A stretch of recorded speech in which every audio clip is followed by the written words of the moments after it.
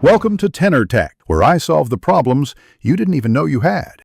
You start by confirming prerequisites: active subscription, resource group, and provider registrations. Once done, open the Logic Apps Designer and pick Consumption or Standard Runtime. Choose Standard for local development and stateful workflows.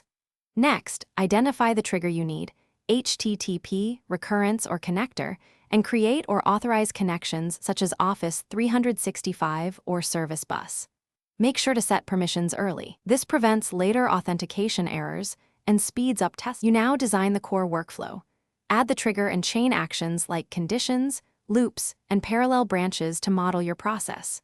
Once done, map inputs and outputs carefully and use expressions and variables to transform data. This keeps payloads small and predictable. Add API calls and managed connectors where needed, and wrap risky operations in try-catch scopes or configure retry policies. Make sure to name actions clearly so debugging and handoffs are straightforward. You finish by deploying the Logic app to your chosen environment and applying parameters, secrets, and managed identity settings. Then run targeted test cases, inspect the run history, and step through failed runs. Use the code view for precise edits and to copy templates between environments. If things go wrong, enable diagnostic logs and application insights. Then check connector permissions and retry policies.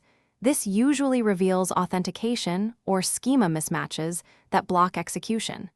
Make sure to iterate and retest after fixes.